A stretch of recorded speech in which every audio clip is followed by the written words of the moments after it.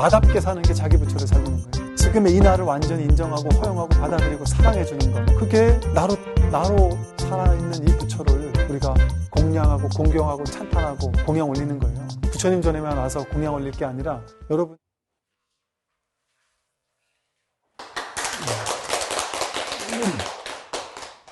네, 반갑습니다. 이제 이 공부는 지난 시간에 제가 이 바냐바라밀이라는 공부는 머리로 하는 게 아니라고 했어요. 분별해서 하는 것이 아니다.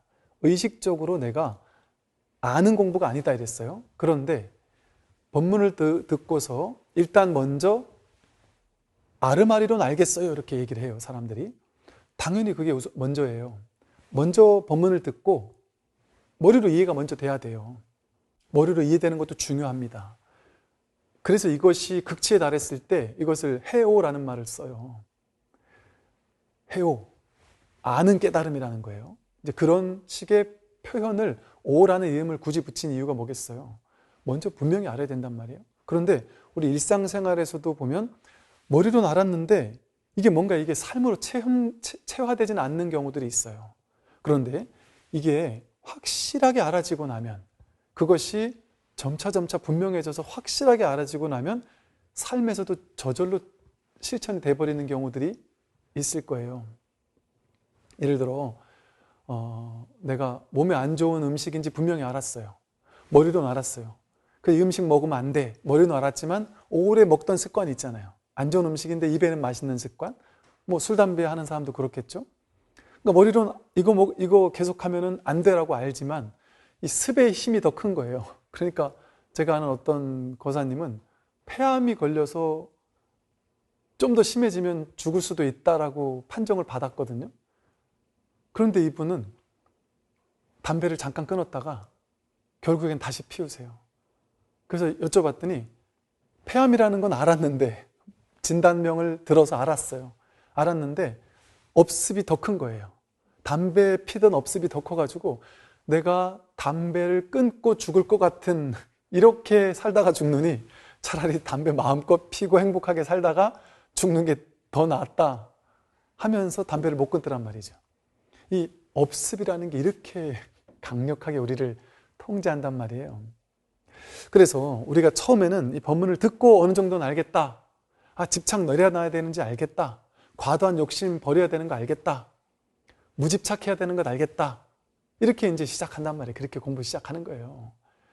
그렇게 공부를 하다가 이제 이것이 공부를 계속 하다 보면 처음에는 야 정말이네 하고 막 정말 부처님 가르치면 대단하구나, 너무나도 아름답구나 막 감동을 해요. 그러다가 법문 안 듣고 나면 이제 또 일상생활에서는 또 욕심 부리고 또 집착하고 또 화내고 이렇게 반복해요. 그러니까 처음엔 그렇게 하다가 보면 이제 점차 이것이 어떻게 되냐면 머리에서 이제 가슴으로 내려온다라고 할 수 있을 만큼 이게 이제 머리로 정말이네 하고 이해하던 것이 이제는 가슴으로 소화가 되기 시작해요. 정말이네 하고 가슴이 저절로 먼저 동의가 돼요. 그냥 저절로 동의가 돼버려요. 정말 그렇구나 하는 것이. 그리고 이것이 오래오래 시간이 지나야지만 그게 내 업으로서, 내 업식으로서, 삶으로서 체화가 돼요. 그러니까 아까 말했듯이 그 담배를 몇십 년 피던 분이 담배를 끊는 게 하루아침에 되겠습니까? 하루아침에 안 된단 말이에요. 그것처럼 우리가 업습을 따라가던 습관, 생각만 우선하며 살아가던 습관이 너무 강하다 보니까 오래오래 공부해야 되는 거예요, 이 공부가. 그래서 이제 많은 이제 공부인들이 어떤 딜레마에 빠져 있느냐면요. 여기서도 이제 그 바냐바라밀이라는 공부는 머리로 하는 것이 아니기 때문에 머리로는 모를 뿐 하고 오직 모를 뿐, 숭산 스님께서 말씀하신 것처럼 나는 머리로 모르겠다 해야 된다는 거예요. 이 공부는 모를 뿐 하고 하는 거예요, 첫째. 그래서 이제 공부인들이 넘어지기 쉬운 지점, 이걸 잘 알아셔야 되는 게 뭐냐면 다 그래요, 다. 이거 하지 말라고 얘기를 몇 번을 해도 안 돼요. 그게 뭐냐면 첫째, 내가 내 공부가 어느 정도 왔을까를 판단하지 말아야 돼요. 내가 벌써 2년, 3년 공부했는데 2년, 3년 법문 들었는데 아직까지도 왜 이 정도죠? 아직도 왜 이 정도죠? 물론 한편으로 보면 이럴 거예요. 한편으로 보면 내가 이렇게 공부했는데 왜 아직 이렇게밖에 안 되지? 왜 이렇게 자유자재하지 못하지? 싶고, 그러나 또 한편으로 보면 옛날에 비해서는 그래도 많이 쉬워졌다, 많이 편해졌다, 많이 자유로워졌다, 이런 것도 충분히 동시에 느껴요. 분명히 그래요. 이럴 수밖에 없어요. 한편으로는 공부가 안 된 것 같아요. 근데 한편으로 돌이켜보면 이게 분명히 내 공부가 됐는데 반드시 이렇게 돼요. 그런데 우리는 확인받고 싶어 해요. 내가 공부가 어느 지점까지 갔을까? 몇 퍼센트 공부가 완성됐을까? 그걸 확인받고 싶어 해요. 그게 뭔지 아세요? 내가 공부를 하는 거예요. 나라는 아상이 공부를 하는 거예요. 내가 공부하는 게 아니에요. 내가 공부하려는 나가 사라지는 건데, 내가 공부하려고 하니까 내가 얼만큼 공부가 됐을까? 내가 얼만큼 업장 소멸이 됐을까? 이거를 자꾸 찾는단 말이에요. 그게 우리의 공부를 오히려 거꾸로 가게 만듭니다. 그래서 내가 얼만큼 공부됐지 하는 것을 내려놓으세요. 그래서 그냥 할 뿐 이래야 돼요. 공부할 때는 그냥 공부할 뿐이다. 내가 얼만큼 됐을까를 난 묻지 않겠다, 따지지 않겠다, 그냥 공부하겠다 하고 첫째 공부한다. 심지어 이제 우리가 이 공부를 하다가 보면 어느 순간 법문을 듣다가, 대부분 그래요. 법문을 듣다가 어떤 절차를 거치냐 하면, 처음에는 법문을 듣다 보니까 이제 막 재미도 있어요. 제가 다양한 얘기들을 하잖아요. 또 다양한 비유를 들잖아요. 이 다양한 비유를 드는 이유가 있어요. 조금 이제 다른 얘기를 해보면, 육조 해능 스님 밑에에 이제 5가 7종이라고 해서 종파가 벌어졌는데, 그 가운데 상당히 유력했던 종파 중에 하나가 위양종이라고 해서 위산 앙산 스님이 이렇게 계시던 그 종파예요. 되게 유명한 종파였는데, 그 중에 이제 앙산 스님 제자인데 더 큰 안목이 더 밝았던 스님이에요. 근데 그 앙산 스님께서 어떤 말을 했냐면, 그 석두 스님의 문화에서는 순금, 금은빵과도 같아서 오로지 순금만을 팔고 있다. 금은빵과도 같다. 순금만을 판다. 이 말은 뭐냐면 오직 법 하나만을 계속 드러낸다. 그래서 뭐 다른 방편 이런 얘기 일체하지 않는다. 오로지 법 하나만 든다. 예를 들면 어떤 스님은 제자가 찾아가면 항상 손가락만 들었어요. 이것이다. 어떤 분은 항상 주장자만 때릴 수도 있고, 어떤 분은 그냥 늘 뜰 앞에 잘 나오만 얘기할 수도 있고, 저마다 자신의 방편이 있단 말이에요. 그냥 딱 법 하나만 그냥 드러내 보이는 거예요. 그런데 이제 이 앙산 스님이 그러세요. 내가 법회를 하는 이 회상은 그냥 그런 순금만을 파는 금은빵이 아니라 자파상과 같아서, 이 괴로움이 있는 사람에게는 그 괴로움에 맞는 약을 주고, 저 괴로움이 있는 사람에게는 저 괴로움에 맞는 약을 주고, 온갖 것들을 다 판다. 사람들이 필요한 것들을 다 파는, 사람들의 괴로움을 해결해 줄 수 있는 모든 약을 다 파는 그런 자파상과도 같다. 이런 표현을 하셨는데, 어찌 보면 부처님도 그러셨던 분인 것 같아요. 부처님도 다양한 근기의 사람들에게 다양한 양약을 주면서 근기에 따른 법문을 해주면서 다양한 법문을 설하셨잖아요. 그러니까 이렇게 다양한 가르침을 불교에서는 많은 스님들이 설하신단 말이에요. 그러니까 많은 불자들은 이렇게 BTN TV라든지 이런 걸 보면서 자기가 자기 근기에 따라 끌리는 법문이 달라요. 처음에는 내가 기복적인 불교가 필요한 만큼의 아직 뭔가 부처님 뭘 이루게 해주세요 하는 게 더 필요할 때는 그 기복적인 법문을 하는 스님들의 법문이 더 많이 들린단 말이에요. 그러면 그게 수준 낮고 높은 것도 아니에요. 그냥 저마다 다른 거예요. 아직 가는 길이 아직 다른 거예요. 그러니까 그때는 그 법문이 좋은 거예요. 그러니까 내 의식 수준보다 한 발쯤 앞서 있는 의식 수준의 법문이 더 와닿는단 말이에요. 그러니까 이렇게 BTN에선 온갖 다양한, 정말 앙산 스님이 계시는 자파상 같이 다양한 기복의 방편의 법문, 연불의 법문, 독경의 법문, 무슨 수행의 법문, 또는 선의 법문, 가나선의 법문, 조사선의 법문, 온갖 다양한 법문들을 우리는 다 마주할 수 있단 말이죠. 이런 온갖 방편들이 다 있으니까. 그래서 처음에는 많은 신도님들이 자기에 맞는 법문들을 듣기 시작해요. 아마 여러분도 다 그런 과정을 겪으셨을 거예요. 처음엔 그런 법문을 듣다가 어느 순간 이게 조금 이렇게 이제 충분히 충족이 됐단 말이에요. 그러면 신기하게 한 단계 내 수준이 딱 이렇게 요걸 탁 털어버리고 나면 그 다음 공부를 하게 돼요. 그러면 그 다음 공부를 안내해줄 만한 분들의 법문에 또 끌려요. 그럼 그 법문을 듣다가 이렇게 차츰차츰 내 공부가 이렇게 성장을 한단 말이죠. 그렇게 성장하면서 법문을 들어요. 그러면서 이 법문을 듣는 사람들이 이런 말들을 하세요.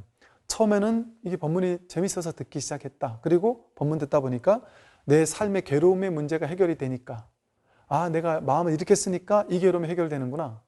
마음을 저렇게 쓰니까 이 괴로움이 해결되는구나 해서 괴로움이 사라지니까 너무 행복해지기 시작했다. 이제 그게 좋으니까 이제 법문을 듣는 거예요. 그렇게 이제 법문을 듣다가 이제 많은 분들이 그러세요. 보면 보통은 그럴 거예요. 이제 법문을 듣다가 한 70%, 80% 정도는 그렇게 그냥 법문이 재밌으니까 법문을 듣다가 어느 날 법문을 듣는 것이 달라지는 순간이 와요. 어떻게 달라지느냐 하면 법문이 재밌어서 듣다가 어떤 이제 도약이 일어나냐 하면 문득 법문을 듣는 자세가 달라지기 시작해요. 어떻게 달라지기 시작하냐면 내가 하나하나의 괴로움을 해결하려고 법문을 듣는데 머리로는 알겠다. 머리로는 알겠지만 이게 확 소화가 안 되는 것 같아. 왜? 이게 쉽게 말해 틈이 있어요. 현실에 딱 처해서 괴로움이 왔는데 먼저 집착을 하고 나서 먼저 화를 내고 나서 시간이 지난 다음에 이 틈이 있는 거예요. 간격이 벌어져요. 시간이 지난 다음에 아차 내가 또 놓쳤구나. 또 분별 쫓아갔구나. 또 생각 따라갔구나. 또 화에 끌려갔구나. 그러고 나서 다시 마음을 관찰하고는 이것도 실체가 아닌데 이런 속삭임이 있단 말이에요. 그러다가 다시 이제 딱 이 자리로 돌아온단 말이에요. 이렇게 이제 틈이 벌어지다가 이게 이제 점점점 가까워진단 말이에요. 그럼 이제 머리로만 알던 게 정말 진실로 그렇게 계속 듣다 보면 저절로 이렇게 체화가 되기 시작해요. 그래서 이게 이제 정법 훈습이라고 하는 거예요. 우리는 그동안 연법 훈습이라고 해서 분별에 오염된 분별심만 훈습하며 살아왔어요. 지금까지. 그러니까 분별이 익숙했던 거예요.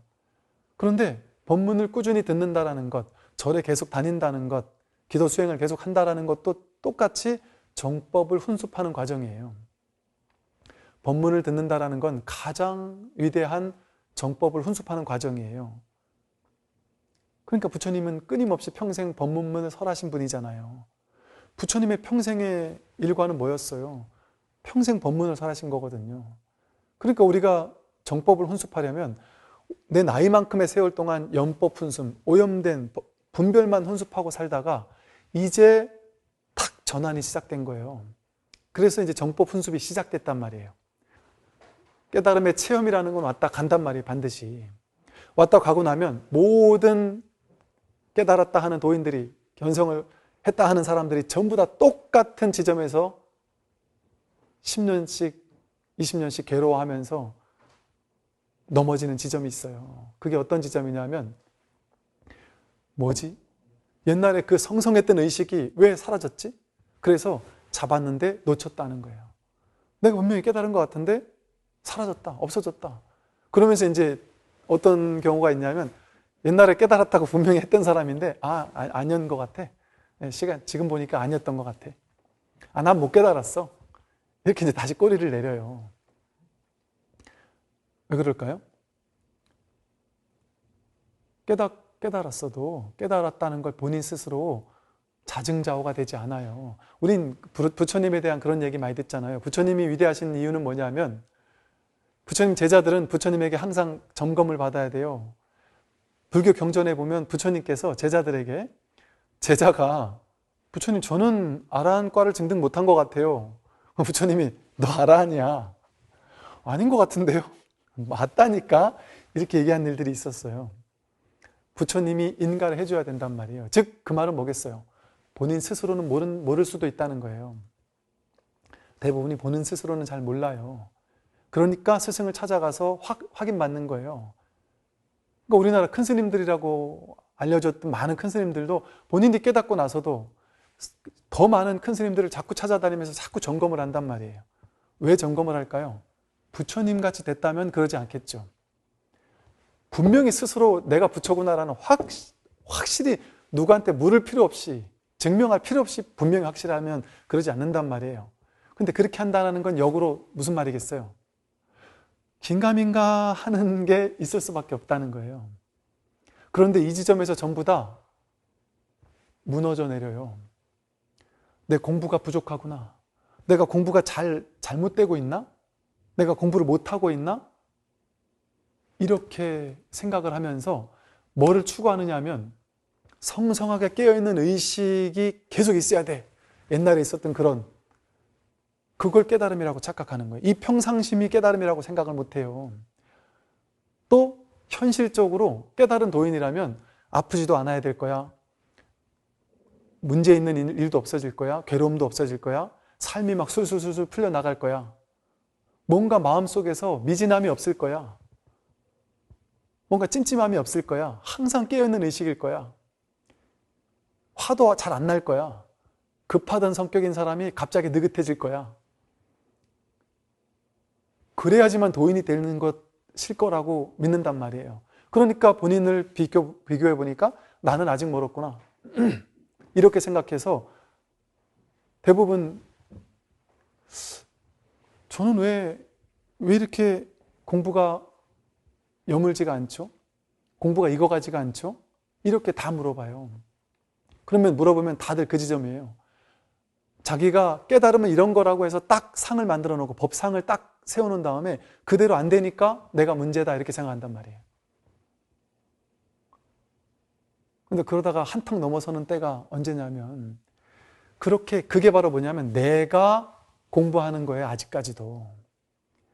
그래서 여러분 예를 들어 견성했다 이렇게 견성이란 말도 참 우습지만 그냥 입문한 거지만 자기 성품을 확인했다는 사람이 넘어지는 큰 문제점이 뭐랄까 이 괴로움이 또 이 지점이 있어요. 자기가 성품을 확인하고 나면요 이 신도님들 정말 많이 그러세요. 입이 근질해서 못 참겠대요.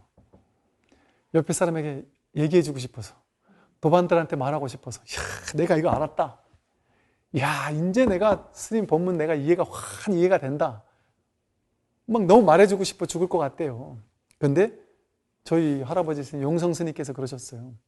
수행은 비묘 엄밀하게 해야 된다. 이 비밀스럽게 공부해야지 내 공부를 떠벌려서는 안 된다는 거예요. 그게 바로 자기 아상이에요. 도인상 내가 깨닫는 거는 아직 깨달은 게 아니에요. 깨달은 내가 사라지는 거지.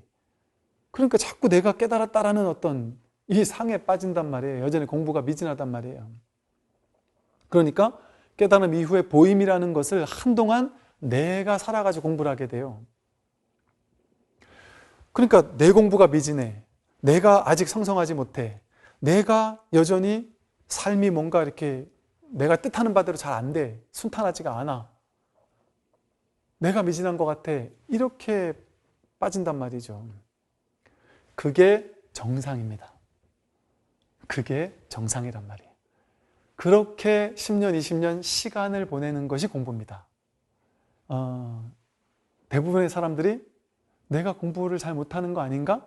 1년, 2년, 3년 공부하고 나서 내가 공부가 부족한 거 아닌가? 왜 내 공부가 이렇게 잘하지 않지? 이런단 말이에요. 10년도 안 하고서 그런단 말이죠. 근데 그것은 정상적이다. 정상적이다. 그러면서 자꾸만 내가 공부를 한다라는 그거를 돌아볼 줄 알아야 돼요. 자기를.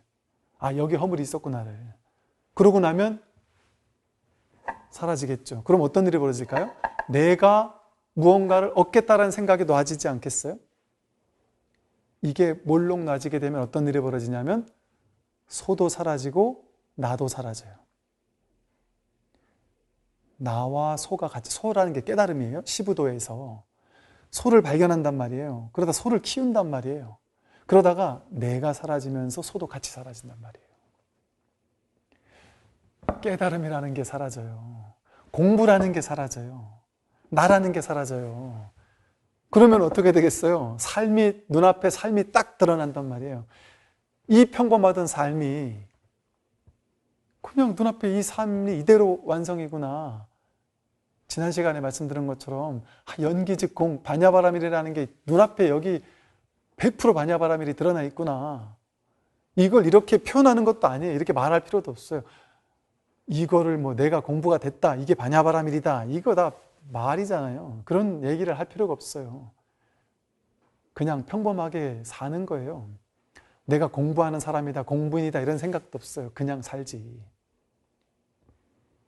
법을 설명할 인연이 되니까 그냥 이렇게 설명하는 것이겠지, 따로 법이라는 생각도 없단 말이에요. 왜 그럴까요? 눈앞이니까. 눈앞에 이미 완전했었구나. 이미 완전했었구나. 내가 머리로 현실적으로 내 인생은 이렇게 되면 좀 더 행복할 거야, 저렇게 되면 좀 더 행복할 거야, 뭔가 막 추구하던 게 있잖아요. 현실적으로도 추구하는 게 있고 공부적으로도 추구하던 게 있단 말이에요. 그게 내려놓아진단 말이에요. 그러면서 문득 평범해지는 거예요. 평상심이란 말이에요. 평상심. 그 전에 늘 가지고 있던 이 평상심이란 말이에요. 이대로 문제 있는 이대로 문제가 없었구나, 그걸 확인하는 거예요.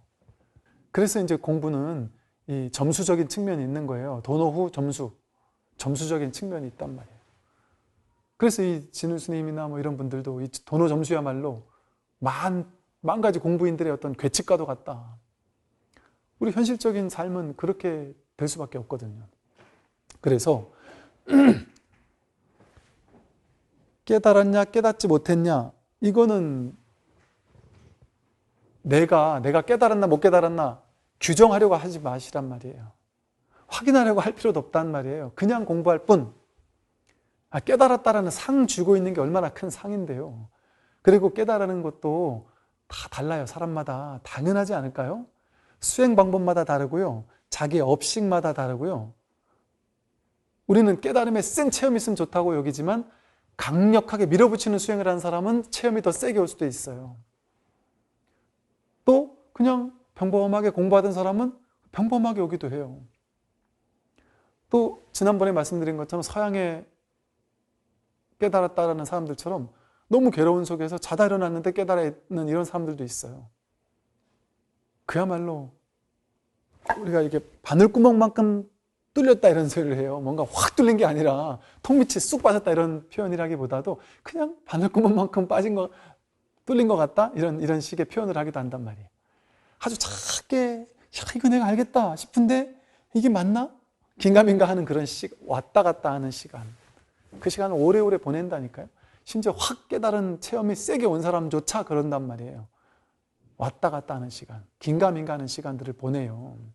그러니까 이게 긴가민가 신경 끄란 말이죠. 그다 내가 공부하는 거잖아요. 내가 깨달았냐 안 깨달았냐 이게 궁금한 거잖아요. 이 공부는 그냥 꾸준히 법문을 듣다 보면 사홍서원의 세 번째가 번뇌를 다 끊어오리다, 중생을 다 건져오리다, 법문을 다 들이오리다, 불도를 다 이루오리다.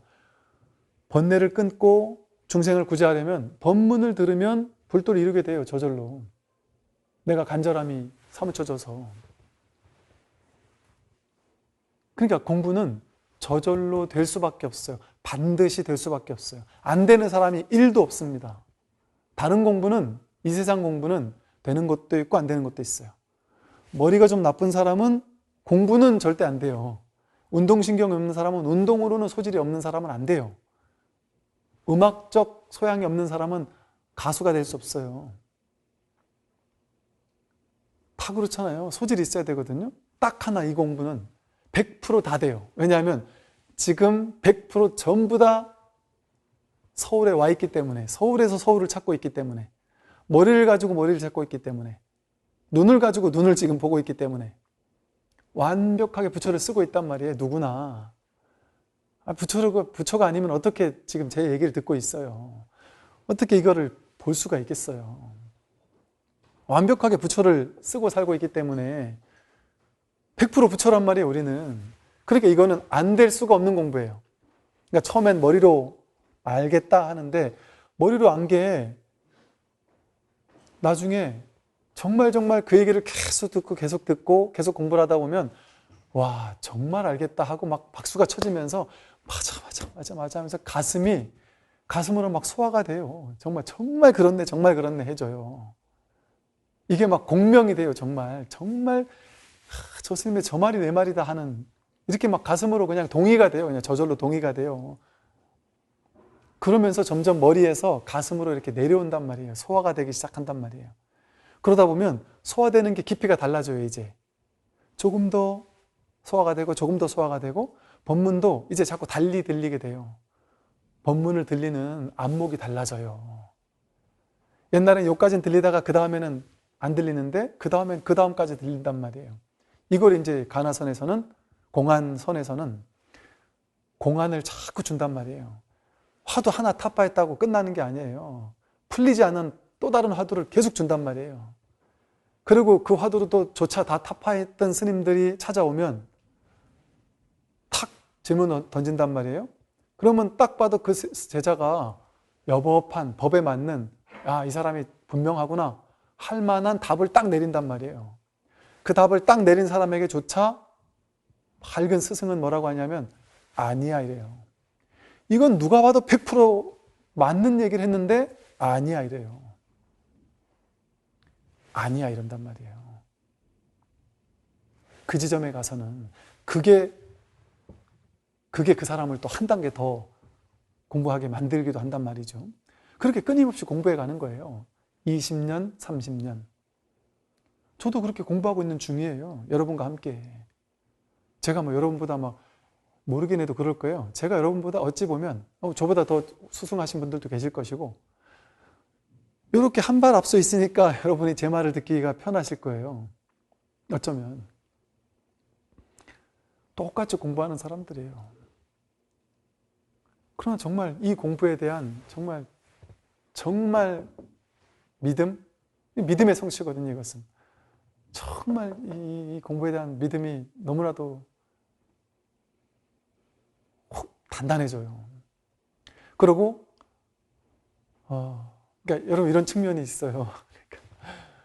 제가 여러분 이렇게 뭔가 막 공부 엄청나게 된 것처럼 이렇게 가끔 어쩔 수 없이 얘기할 때가 있어요. 근데 그게 내가 정말 막 그렇게 돼서 그런 게 아니라 좀 전에 그 말씀 드렸죠? 공부를 하다 보면 한편으로 보면 공부가 정말 많이 된 것 같고 뭔가 정말 이제 괴로움이 이제 사라진 것 같고요. 집착도 없어요. 그리고 현실에서 막 크게 원하는 것도 없고 이래도 좋고 저래도 좋고 그러나 현실에 열심히 살고 정말 자유롭다라는 걸 정말 느껴요. 그리고 이렇게 살다 죽으면 되겠네. 죽음도 두렵지 않네. 이런 측면들이 있다니까요. 공부하면서 이런 측면들이 분명히 딱 한 측면이 있어요. 그리고 내가 과거에 비해서는 정말 내가 많이 달라졌다. 그런 측면들이 있어요. 한편으로는. 그죠? 그러나 또 한편으로는 경계에 부딪히면 그 경계에서 또 왔다 갔다 하는 측면들도 분명히 있어요. 그 두 가지가 동시에 있어요. 그게 보리고 살타예요. 보리살타. 우리는 그래서 보리살타인 거예요. 저도 여전히 공부하는 보리살타인 거예요. 그러니까 이런 보리적 측면이 있고 살타적 측면이 있어요. 근데 여러분들을 보리적 측면으로 자꾸 이끌어오게 하려고 하니까 보리적 측면의 얘기를 자꾸 하는 거예요. 제가 공부가 다 돼서 이런 측면을 얘기하는 게 아니고 저에 있는 이 보리적 살타적 측면 중에 보리의 측면을 자꾸 얘기함으로써 이끌어 드리는 것이죠. 제가 완벽하게 공부 끝나서 그렇게 얘기하는 게 아니고 저도 끌려가다가 돌아오죠. 현실에서는 끌려간단 말이에요. 끌려간다. 그런데 옛날에는 왜 끌려갈까? 아직 공부도 미진한 녀석 같으니라고 이 공부가 미진하니까 끌려가는 거 아니겠어? 하면서 자괴감에 빠졌다면 그냥 볼 뿐이에요. 미소 띠면서 그냥 바라볼 뿐이에요. 열마 미소로 그냥 웃으면서 문제 삼지 않는단 말이에요. 그게 문제가 아니에요. 문제 삼을 필요가 없어요. 그걸 문제 삼는 그 마음이 문제지. 내가 하는 공부가 아닌데 누구를 가지고 공부가 잘 됐니 못 됐니 할 수가 있겠어요. 그래서 모두에게 똑같으실 거예요. 여러분들도 공부가 어느 정도 된 측면도 분명히 있고 그래도 여전히 미진해하는 측면도 분명히 있을 거예요. 그죠? 그렇게 공부해 가는 거예요. 그게 10년, 20년 더 계속 갈 거예요. 그러니까 각오를 하고 공부를 하세요. 그러나 분명히 한 측면에서는 든든한 어떤 안도감이 점점 깊어질 거예요. 죽어도 상관없겠구나 하는 안도감? 미래가 두렵지 않은 안도감? 미래가 어떻게 되더라도 뭐 상관없겠구나 하는 안도감? 내가 반드시 이렇게 살아야 되는 기준이 없으면 어때요? 이래야 돼 저래야 돼가 없으니까 그냥 이대로 안심이라는 게 이제 가슴으로 점차 소화가 된다니까요. 그러면 미래가 없는 사람은 아니에요. 미래 계획 다 있어요. 꿈 다 있어요. 그런데 그 꿈을 절대시하지 않아요. 돼도 좋고 안 돼도 좋고 내 인연만큼 되겠지. 내가 할 수 있는 인연만큼 되겠지. 그러니까 내 인연을 처했을 때 열심히 사는 거예요. 그러니까 옛날에 선사 스님들의 이야기 보면 전부 다 어떻게 얘기하시냐면 인연을 만나면 베풀고 인연이 없으면 그냥 쉰다. 인연이 만나면 그 인연에 부딪혀서 그 사람을 도와주고 이러면 사는 거예요. 인연이 없으면 그냥 푹 쉬는 거예요. 제가 아는 어떤 어른 스님께서 한때 막 열심히 포교를 하시고 열심히 어쨌든 막 그냥 막 뭔가 바꿔보겠다고 또 불교를 바꿔보겠다고 막 열심히 또 공부도 가르치고 하시다가 그냥 그 인연이 다 해서 그냥 고요히 산에서 혼자 계시는 산에 그냥 계시니까 하루 종일 절에서 그냥 청소하면서 공양해 드시면서 공양주 보살도 없고 사무장도 없이 혼자 일을 다 하시면서 혼자 그냥 그 절 지키며 사셔요. 그래서 안타까워서 이렇게 뭐랄까 안목이 훌륭하시고 밝으신 큰 스님께서 세상에서 법문을 들려주면 얼마나 좋을까 싶어서 그 법문 좀 들려주세요. 이렇게 했더니 뭐 그냥 뭐 굳이 그런 생각이 아직은 없고 뭐 또 그렇다고 해서 뭐 그런 인연이 닿으면 안 하겠다는 생각도 없고 지금은 그냥 이렇게 살고 있으니까 또 그렇게 살다가 그 인연이 안 되니까 인연이 아닌갑다 하고 쉬는 거다. 그러니까 크게 집착이 없단 말이에요. 포교를 반드시 해야 되겠다는 집착도 없고 반드시 하지 말아야 되겠다는 집착도 없단 말이에요. 인연 따라 할 때 되면 하는 거고 인연 따라 못 할 때 되면 못 하는 거예요. 어차피 다 때가 있거든요. 그러니까 그런 집착이 없으면 어떻겠어요? 막 포교를 잘해야 된다는 생각도 없어요. 부처님이 진짜 붓다가 되겠다고 생각했겠어요? 불교 교세를 이렇게 확장해서 인도 전역의 불교를 교화해야지 그런 생각이 있으셨겠어요? 내가 죽고 나도 2500년이 지나도 불교가 전 세계에 유통되겠지 그런 생각이 있으셨겠어요? 그냥 눈앞에 있는 인연 따라 인연 되는 사람을 그냥 눈앞에서 교화했을 뿐이겠죠. 그게 전부예요. 그게 완전한 거예요. 이미 완전했다니까요, 우리는. 본래 이대로 이미 완전했구나를 깨닫는 거예요. 그러니까 깨닫고 나도 한 바퀴 돌아서 이 자리예요, 이 자리. 그러니까 한 발도 갈 일이 없어요. 지금 이 자리구나. 지금 이 자리에 안주를 하게 돼요. 공부를 하게 되면 할수록. 그래서 우리가 이제 뭐 임성수류 이런 말이 있어요. 임성수류. 임성, 성품에 내맡긴다. 맡길 임자, 성품 성자. 성품에 그냥 탁 맡기게 돼요. 뭐가 성품이에요? 삶이 그대로 성품이 드러나 있는 곳이에요. 삶에 그대로 내맡겨요. 내가 조작하지 않아요. 그 수류, 물을 따라 흐른단 말이에요. 흐름을 따라 그냥 간단 말이에요. 부처님 경전에 마른 통나무처럼 통나무가 물 흐르듯이 그냥 내맡기고 흐른다 하듯이 삶이라는 성품에 내맡기고 따라 흐를 뿐 과도한 집착이 없어요. 반드시 해야 되겠다는 생각도 없고 반드시 하지 않겠다는 생각도 없이 지금 이렇게 벌어지고 있는 삶에 완전 내맡긴 채 살면 아까 말씀하신 그 질문 뭔가 공부가 되는 것 같아요? 안 되는 것 같아요? 정말 그런 거예요? 지금이 전부잖아요. 지금 완성된 상태 아니에요? 지금 행복한 거 아니에요? 지금 행복한 거예요. 지금 공부 끝난 거예요. 사실은. 그런데 내가 살아있을 때는 여전히 내가 꿈꾸던 공부가 잘 되는 모양 그게 왜 안 나오지? 이런단 말이에요. 근데 그거는 끝끝내 안 나와요. 몸이 있는 동안은 유여의 열반 이러잖아요. 완전 무여의 열반은 죽고 나야 반열반이라 그러잖아요. 몸뚱아리가 있는 동안은 이 세상은 몸뚱아리의 이치, 즉 인과의 이치를 따라요. 부처님이 됐다고 물 안 먹었는데 목이 안 마를까요? 물 안 마시면 부처님도 목말라 죽을 것 같아요. 밥 안 먹으면 배고파요. 느끼한 거 먹으면 부처님도 뭔가 칼칼한 게 땡기실 거예요. 얼큰한 게 땡기실 거예요. 똑같아요. 이 몸을 가지고 있는 동안은 인과. 그러니까 그걸 턱 인정해버리면 어때요? 삶을 이대로 완전히 수용해버리면 어때요? 이대로 완전히 허용해버리면 어때요? 지금 여기서 문제 해결됐어요, 사실은. 자기 생각이 자꾸 문제가 해결 안 된 것처럼 우기는 거지. 난 돈을 더 벌어야 돼 하는 생각만 없으면, 아니, 지금 이대로 원시시대 사람들보다는 훨씬 부자잖아요. 인도에서 아프리카에서 다 죽어가는 사람보다는 우리는 훨씬 부자잖아요. 뭐가 바랄 게 있어요. 그러나 최선은 다해요. 근데 뭐 돼도 좋고 안 돼도 좋다 하고 산단 말이에요. 그러면 그냥 행복한 거예요. 이렇게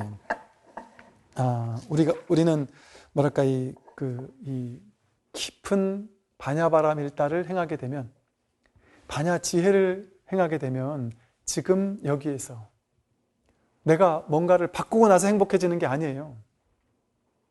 지금 내가 돈이 없으면 없는 대로, 공부가 부족하면 부족한 대로, 모자라면 모자란 대로, 그걸 그대로 인정하란 말이죠.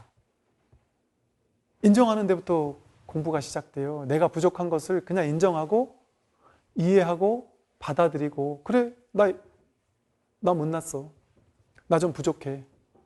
나 남들 앞에서 좀 이렇게 움츠러들어. 나는 좀 공황장애가 있어. 나는 우울해. 나 우울증 있어. 나는 학력이 좀 부족해. 그냥 인정한단 말이에요. 인정한다.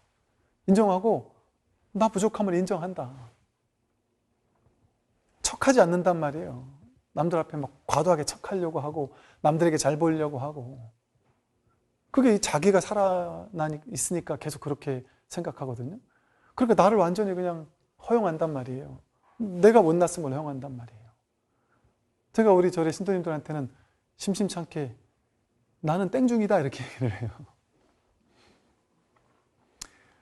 왜? 저를 대단한 사람인 것처럼 보는 사람한테는 제가 그런 공부 도인이겠어요. 저 같은 땡중한테 뭔 그런 말도 안 되는 과찬을 하십니까? 저는 진짜 훌륭하신 스님들 얼마나 많은데, 전 정말 존경스러운 스님들 우리나라에 정말 많아요. 아니, 저는 그런 스님에 비하면 저는 정말 못났다 싶어요, 제 스스로도. 그런데 제가 그냥 인연이 이렇게 말하는 습관이 되노니까, 또 이렇게 인연으로 법회를 할 수 있을 만한 인연이 되니까, 제가 그 인연을 만나니까 이렇게 베푸는 것 뿐이지, 그 인연이 그냥 저에게는 이렇게 온 것 뿐이지, 제가 잘나서 그러는 게 일체 정말 없습니다. 그러니 주어진 삶을 그대로 허용할 수만 있다면, 여러분이 장미면 장미인 대로, 꽃다지면 꽃다지인 대로, 화려한 꽃이면 화려한 꽃인 대로, 그걸 그대로 인정하고 나면 세상은 이러죠. 화엄은 장엄한 꽃들의 정원이란 말이에요. 이 세상 온 우주가 볼품없는 꽃과 화려한 꽃이 있어야 돼요. 동시에 함께 있어야 돼요. 소나무와 참나무가 함께 있어야 되고, 잘난 사람, 못난 사람, 키 큰 사람, 키 작은 사람 모두가 있는 이대로 그렇게 있는 것이, 지금 나로서 있는 것이 그게 바로 화엄이에요. 화엄의 만다라 꽃이거든요. 그게 바로 부처님이에요. 내가 이렇게 사는 게 아니라 부처님이 이 모습으로 이렇게 살고 있는 거예요. 그러니까 저마다 자기를 싫어하는 거는 부처를 싫어하는 거예요. 부처를 죽이고 있는 거예요. 그러니까 자기 부처를 살려내야 돼요. 나답게 사는 게 자기 부처를 살리는 거예요. 지금의 이 나를 완전히 인정하고 허용하고 받아들이고 사랑해 주는 것, 그게 나로 살아있는 이 부처를 우리가 공양하고 공경하고 찬탄하고 공양 올리는 거예요. 부처님 전에만 와서 공양 올릴 게 아니라 여러분 자신에게 공양 올리는 거예요. 자기 자신을 완전히 사랑하는 것. 오늘 여기까지 말씀드리도록 하겠습니다. 네, 수고하십시오.